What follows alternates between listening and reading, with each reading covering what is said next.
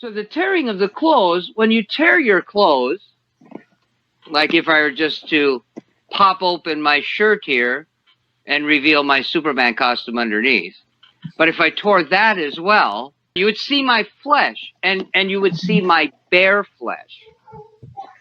It signifies the bearing of the soul, Baring. It's like unto Adam and Eve when they were totally exposed before God. They had nothing to hide.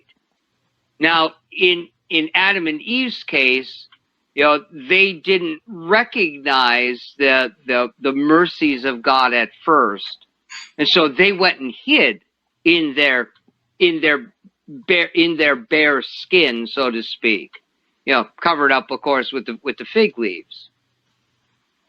But here, this is Ahab, as with many, tearing their clothes to expose the flesh before God and to bare their soul and say, God, I have nothing to plead except your mercy upon my soul. And this is what God shows to him. The judgment will still happen. The sins of the fathers have consequences.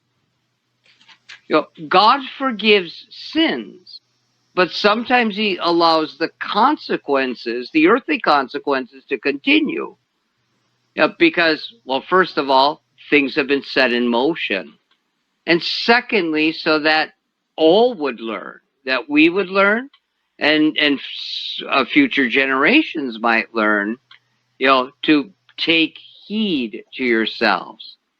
Be careful of one's words and deeds, because it can have repercussions upon others, in both in our generation and in generations to come.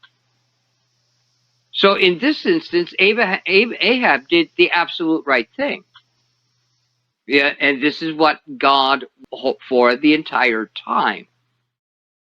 More so, God is forbearing in the conduct of his wrath, and especially in the Old Testament, because he's going to pour out his wrath against the sins of the world upon his Son, who will fully bear his soul before God, even while he's serving as the scapegoat for our sins. And in him we find forgiveness, and Jesus finds vindication in his resurrection from the dead.